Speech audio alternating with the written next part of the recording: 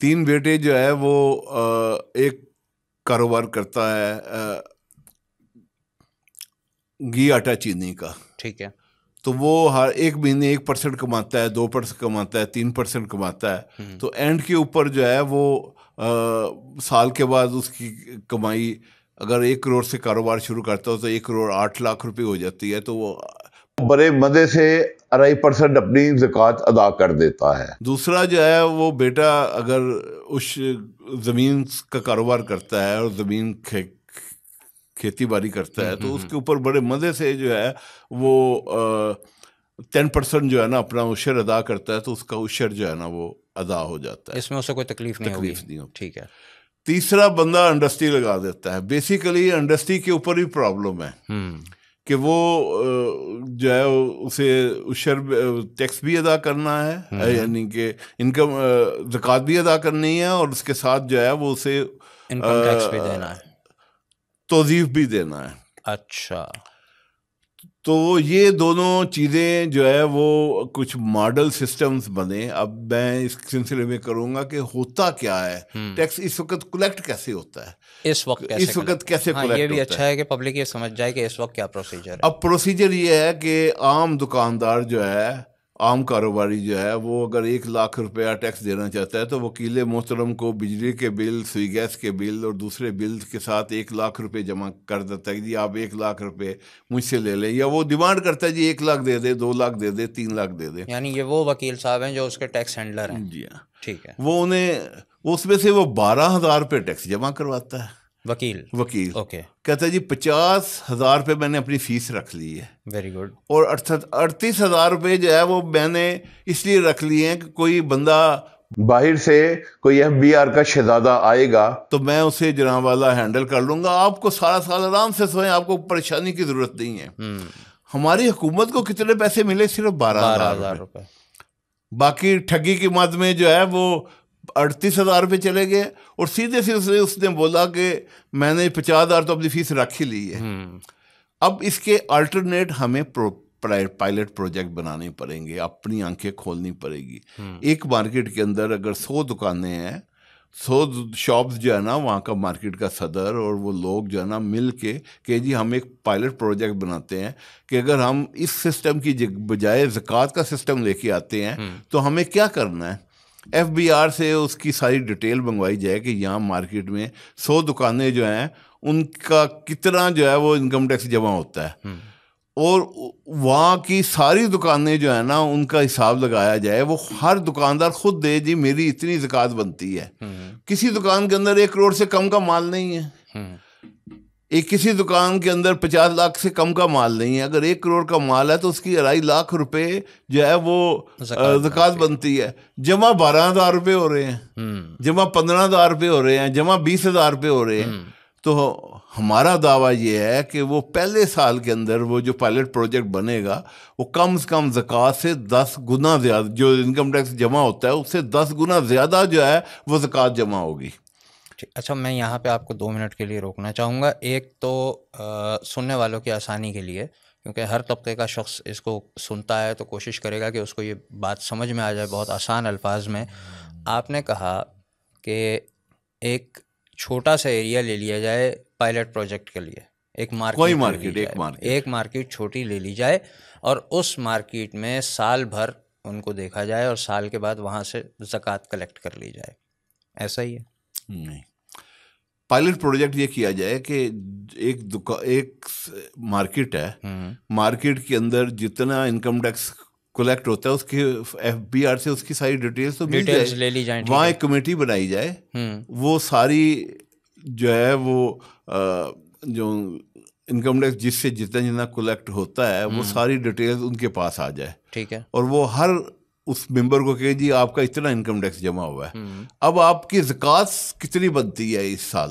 ظاہر ہے زکوٰۃ تو کافی سالوں سے بن رہی ہے, وہ زکوٰۃ وہ کرنے کے لیے ہر کوئی بندہ اپنی زکوٰۃ کا حساب لگانے کے لیے 1 دن چاہیے یا 2 دن چاہیے. تو وہ 2 یا 1 دن کے اندر جو اپنا حساب بنا کے وہ بتائے کہ جی میری زکوٰۃ اتنی بنتی ہے اور انکم ٹیکس میں اتنا دیتا ہوں. تو بیسیکلی جب وہ زکوٰۃ ساری کلیکٹ ہوگی 100 شاپ سے, 100 دکانوں سے, تو وہ جو ٹیکس اس علاقے میں جمع ہوا ہے اس سے 10 گنا زیادہ ہوگی انشاءاللہ. ٹھیک ہے، وہ 10 گنا زیادہ ہوگی، تو وہ اب کی بار جو ہے وہ انکم ٹیکس بھی دے رہا ہوگا اور زکوٰۃ بھی دے رہا ہوگا. آگے مارکیٹ کے اندر جب پائلٹ پروجیکٹ مکمل ہو جائے سب جگہوں پہ تو وہ انکم ٹیکس ختم کر دے، یعنی زکوٰۃ دے، گورنمنٹ انکم ٹیکس ختم کر دے اس مارکیٹ سے، وہاں سے زکوٰۃ کا کلیکشن، اور زکوٰۃ کے کلیکشن کا انتظام اور ذمہ داری پھر کس کے پاس؟ حکومت کے پاس ہو.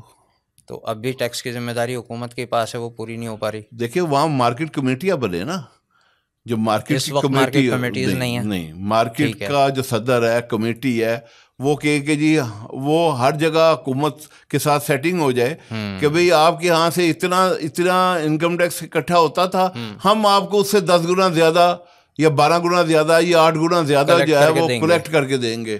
آپس میں جھوٹ بھی ختم ہو جائے اور کیا نام ہے افراتفری وہ ختم ہو جائے اور حکومت کی ریکوری 10 گنا زیادہ ہو جائے. اور اس پروسیجر میں وہ وکیل صاحب اب کہیں نہیں ایگزسٹ کرتے. صحیح ہے، ان کا کردار یہاں سے ختم ہو گیا. اور کون سا نقصان دہ کردار ہے جو اس سسٹم کی وجہ سے ختم ہو جائے گا؟ میں نے کاروبار کرنا ہے.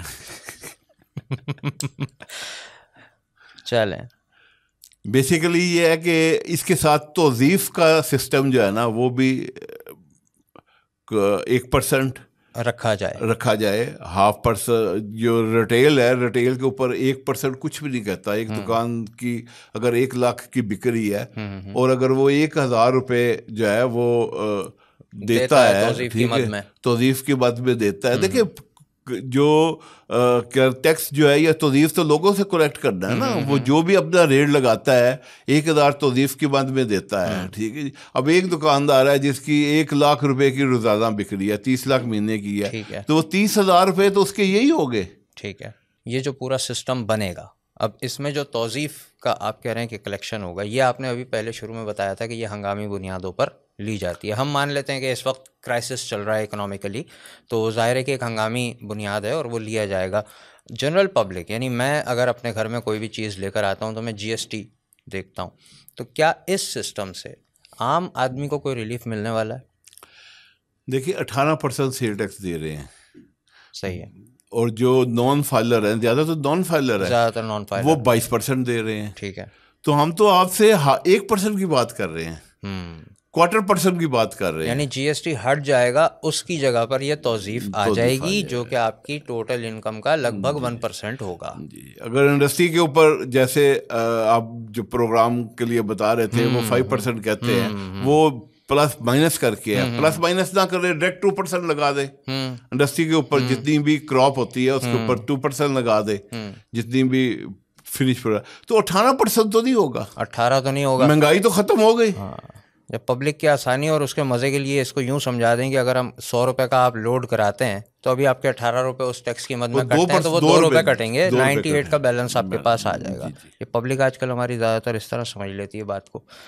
تو اس کے بارے میں آپ لوگوں نے کوئی کام کیا ہے؟ تو ابھی آپ کیونکہ FBR کے x chairman doctor Ansar Javed صاحب کے ساتھ بھی آپ کام کر رہے ہیں. جی، ہم نے یہ کمیٹی کافی سے دیر پہلے بنائی تھی اور لوگوں کو جو ہے نا شعور دینے کے لیے، لوگوں کو ریکویسٹ کرنے کے لیے لاہور چیمبر میں بھی کافی دیر جو ہے نا میں نے رابطہ کیا. جیلم چیمبر آف کامرس کیا، راولپنڈی چیمبر آف کامرس کیا، سیالکوٹ چیمبر آف کامرس کیا کہ ہم پائلٹ پروجیکٹ جو ہے نا وہ کر سکیں. ابھی تک کوئی ایریا چوک آؤٹ ہوا ہے؟ لیکن بس کوشش ہے کہ کوئی نہ کوئی اس کے آرے آ جاتا ہے. لوگوں کو سمجھ نہیں آئی، لیکن اب یہ ہے کہ زندگی کے اب دن تھوڑے رہ گئے ہیں، تو کوشش یہ ہے کہ اب ہم بھرپور طریقے سے جو ہے نا ہم اس کے لیے پائلٹ پروجیکٹ کے لیے ورکنگ کر سکیں. جو چیز ابھی تک میں نے آپ سے سنی اور سمجھنے کی کوشش کی تو مجھے تو یہ بہت اپنے لیے فائدہ مند نظر آ رہا ہے. Being a common man of Pakistan, ایک لے مین کی حیثیت سے مجھے تو یہ بہت سمجھ میں آ رہا ہے کہ بھائی مجھے 18 کی جگہ 2 روپے دینے پڑیں گے. ٹھیک ہے، وہ میں دینے کو تیار ہوں. 18 بھی تو دے ہی رہا ہوں نا جبری طور پہ. اور باقی جو ہماری کاروباری کمیونٹی ہے اس کے لیے بہت آسانی ہو جائے گی کہ ایک تو وہ زکوٰۃ دے رہی ہے تو وہ دینی اس کا ایک فریضہ ادا ہو رہا ہے.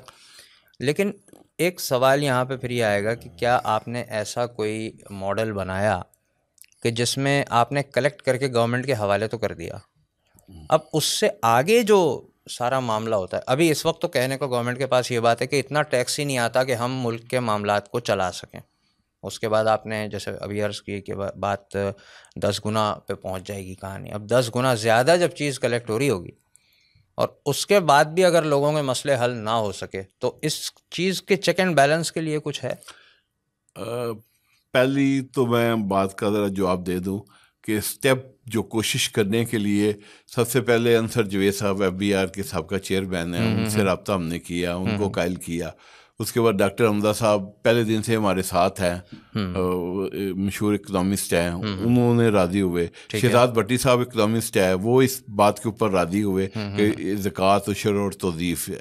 اس کے ساتھ ایک اکنامسٹ جو ہے وہ اپنا CEO ہیں جعفر برادرز کے، اچھا، فہیم اعظم صاحب، انہیں ہم نے راضی کیا. تو یہ ساری شخصیتیں جو ہیں وہ سٹیپ بائی سٹیپ کر کے ورکنگ کر کے وہ سارے راضی ہوئے کہ ٹھیک ہے جی پائلٹ پروجیکٹ ہونے چاہیے.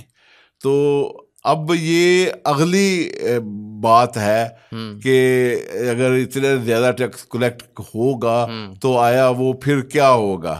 آپ دیکھیں نا، آپ کے گھر کی آمدن جو ہے وہ 2 لاکھ روپے ہے، آپ کی گھر کی آمدن 4 لاکھ روپے ہونا شروع ہو جائے تو آپ کے خیال ہے بہت سے مسائل تو ویسے ہی حل ہو جاتے ہیں. بالکل ایسا ہی ہے، بالکل. تو ہم نے قرضے دینے ہیں، فلاں دینے ہیں، فلاں دینے ہیں، اگر سر چھپاتے ہیں تو پاؤں ننگے ہوتے ہیں.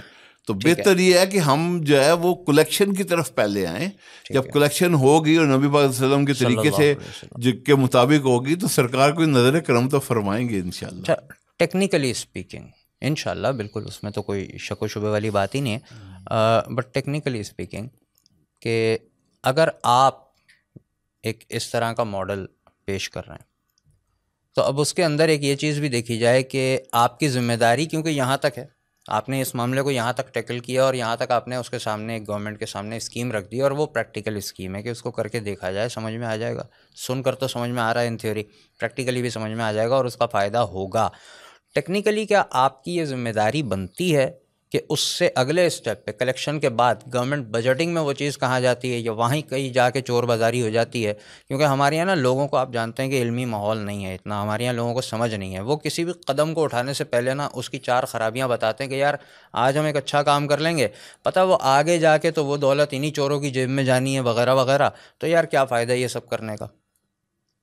تو آیا کہ ٹیکنیکلی یہ آپ جیسے لوگوں کی ذمہ داری بنتی ہے یا اس کے لیے گورنمنٹ کے پورے سیٹ اپس موجود ہیں؟ دیکھیں، جب چور بازاری ہوگی یا معاملات خراب ہوں گے تو وہ پوری ملک کے اندر ہر جگہ کمیٹیاں موجود ہیں، ہر جگہ جو ہے وہ مارکیٹیں موجود ہیں، اور ان سب کو بھی پتہ ہوگا کہ اگر ہم نے غلط کیا تو آگے سے دوبارہ ٹیکس تو نہیں آئے گا، دوبارہ سسٹم تو نہیں چلے گا. بالکل ٹھیک، کیونکہ ایک ہے ڈائریکٹ ٹیکس، بالکل ٹھیک، اور ایک ہے انڈائریکٹ. یہ انڈائریکٹ ٹیکس ہے، یہ ایکچوئل ٹیکس ہے جو نبی پاک صلی اللہ علیہ وسلم نے فرمایا ہے. یہ اب ماچس کے اوپر لگا دے، پیٹرول کے اوپر لگا دے، وہ تو ایک دفعہ لگا دے، کل کو پھر بڑھا دے، کل کو کم کر دے. یہ وہ سسٹم نہیں ہے، یہ پراپر سسٹم ہے جس سے آپ کی ریکوریاں ہونی ہے. زکوٰۃ ہے، کم زیادہ تو کر نہیں سکتے اس کو، بالکل ایک سسٹم کے تحت آپ کو چلنا ہے. اچھا، ایک اور مجھے بڑی خوشگوار حیرت ہوئی جب آپ نے اتنے بڑے بڑے نام لیے کہ آپ کے ساتھ اس پروجیکٹ میں شامل ہیں. اس کا مطلب ہے کہ ہمارے یہاں جو کاروباری طبقہ، ایک ہماری پبلک ہے، وہ سمجھتی ہے کاروبار کرنے والے جو سیٹ لوگ ہیں، صحیح، وہ ہماری جیسے زندگی تھوڑی گزارتے ہیں، ان کی اپنی عیاشیاں لگی ہیں بھائی، ان کی زندگی کا سیٹ اپ بالکل الگ ہوتا ہے. اب ان میں سے ظاہر ہے آج آپ ہمارے سامنے بیٹھے ہیں تو کاروباری طبقہ اس بات کو سمجھ چکا ہے یا سمجھ رہے ہیں لوگ اس میں سے کہ فلاح جو ہے وہ دینی نظام میں ہی ہے. بے شک. اور یہ بات اب آگے پروپیگیٹ ہو رہی ہے، آپ کے سرکلز میں بھی آگے جا رہی ہے یا نہیں جا رہی ہے؟ لوگ پریشان ہیں، لوگ چاہتے ہیں کہ کوئی سسٹم لائے، پھر مسیح آئے، مسیح آ کے خوشخبری سنائے. مسیح آ بھی چکا اور خوشخبری سنا بھی چکا. تو اب یہ ہے کہ پائلٹ پروجیکٹ کے لیے ہم کوشش کریں گے. شعور کیونکہ ایک بڑا ہی پازیٹیو ہے، سیٹ اپ ہے، اور میں شعور سے جو ہے وہ ہر ان کا پروگرام دیکھتا بھی ہوں اور سنتا بھی ہوں اور خوش بھی ہوتا ہوں، اور اس کی فیڈ بیک بھی دیتا ہوں شیف صاحب کو فون کر کے کہ مجھے بڑی خوشی ہوئی ہے. تو میں یہ سمجھتا ہوں کہ ہم شعور کے تھرو جو ہے وہ اپنے پیغام کو آگے بڑھائیں گے پورے ملک کے اندر، اور لوگ جو ہے وہ رابطہ کریں گے، اور ہم زیادہ سے زیادہ پائلٹ پروجیکٹ بنا کے ایک اچھا پروگرام جو ہے نا وہ گورنمنٹ تک لے کے آئیں گے انشاءاللہ. ٹھیک ہے، ایک آخری سوال کے طور پہ میں یہ لینا چاہوں گا آپ کا انپٹ کہ کب تک توقع ہے کہ کوئی چیز اس میں سے میٹیریلائز ہو جائے گی اور ہمارے سامنے آ جائے گی؟ کچھ امکانات ہیں؟ یہ تو ہماری کوشش پہ ہے، اور امکانات بھی ہیں اور نیت بھی ہے، اور انشاءاللہ وہ وقت دور نہیں جب جو ہے وہ کچھ ملک شہروں کے اندر پائلٹ پروجیکٹ ہو جائے اور ہم ایک اچھا پروجیکٹ لے کے نا وہ آگے چلے۔ پبلک سے آپ کیا سپورٹ چاہیں گے کہ بھائی پبلک آپ کو کس طرح سپورٹ کرے اس بات میں؟ دیکھیے جی، پبلک جو ہے وہ ایک جس کے اوپر بھی نصاب لگتا ہے، اب ایک پھل کی دکان ہے، ایک پھل کی دکان ہے، وہ صاحب نصاب ہے، ٹھیک ہے جی، وہ توظیف بھی دے اور انکم ٹیکس کی بجائے جو ہے وہ زکوٰۃ ادا کرے۔ تو جب سارے لوگ جو ہے نا اس میں شامل ہو جائیں گے پبلکلی کہ نہیں یار ہم نے ملک کا قرضہ اتارنا ہے، ہم جو ہے وہ فراڈ سسٹم سے سچائی کی طرف آنا ہے۔ دیکھیے پورا زکوٰۃ بنانے میں کوئی پرابلم آتی نہیں ہے، جھوٹ ختم ہو جاتا ہے، اور جب جھوٹ ختم ہوگا تو راہیں جو ہے وہ پیار کی طرف آئیں گی انشاءاللہ، اور خوبصورتی ہوگی، روشنی ہوگی انشاءاللہ۔ ہم بھی یہی سمجھتے ہیں کہ جب انسان نیکی کی طرف قدم بڑھا لے تو پھر اس کو ڈرنا نہیں چاہیے کہ آگے چور بیٹھے ہیں یا ڈاکو بیٹھے ہیں۔ جس رب کی خاطر آپ نے قدم اٹھایا ہے، جس رسول کی سنت پر چلنے کی آپ نے نیت کی ہے، وہی آگے معاملات جو ہے وہ آپ کے لیے آسان بھی فرمائیں گے، اور آگے انشاءاللہ اچھے لوگوں سے واسطہ بھی پڑے گا۔ تو کوشش ہماری یہ رہتی ہے کہ انشاءاللہ یہاں سے جو بات آپ نے کی ہے لوگوں کی سمجھ میں آئے گی۔ ممکن ہے اس حوالے سے کچھ سوالات بھی آئیں ہمارے پاس، تو کیا آئندہ اگر کوئی ایسے کویسچنز ہوئے تو آپ کے پاس وقت ہوگا جواب جی دینے وقت ہوگا، میں جواب دوں گا، بلکہ انڈسٹری کے لیے اوپر جو ہے وہ پورا میرا ہوم ورک تیار ہے۔ آج جو ہے 41 ایئر ہوئے ہیں کہ میں نے بڑے چھوٹے سے سرمایے سے کاروبار شروع کیا تھا، اور زکوٰۃ دیتے دیتے آج کروڑوں کی زکوٰۃ دیتے ہیں الحمدللہ۔ تو وہی سارا سسٹم جو ہے نا وہ بھی میں بتانا چاہوں گا کسی اور پروگرام کے اندر، بالکل بہت ضروری ہے۔ وہ چیزیں جو ہے نا وہ اچھے طریقے سے ایکسپلین کریں گے، اور پبلکلی جو ہے وہ جتنے بھی سوالات ہوں گے اس سلسلے میں اس کے جواب دینے کے لیے ہم حاضر ہیں۔ بہت شکریہ سر، یہ بہت اچھا ہو جائے گا۔ اور اس بات سے میرے ذہن میں بس ایک خیال چمکا کہ ویسے تو پورے پاکستان میں ہی، لیکن کراچی میں بالخصوص کیونکہ میرا یہیں پہ پیدائش ہے، زیادہ تر یہیں پہ رہے ہیں، تو ہم دیکھتے ہیں کہ ایسے بہت سارے لوگ ہیں جن کے اگر ہوٹلز ہیں تو وہاں پہ لوگ کھانا کھا رہے ہیں، یا جس طرح سے لوگ دوسروں لوگوں کے کام کر رہے ہیں، مدد کر رہے ہیں، تو کبھی بھی مالک نے ان کا ہاتھ تنگ نہیں کیا، وہ پہلے سے زیادہ ہی پھلتے پھولتے چلے گئے۔ یقیناً اس میں برکتیں ہیں، اللہ تبارک و تعالیٰ قبول فرمائے۔ گڈ وشز کہ آپ کا یہ پروجیکٹ جو ہے وہ جلد شروع ہو جائے۔ آپ کا وقت دینے کے لیے بہت شکریہ سر۔ السلام علیکم، بہت شکریہ۔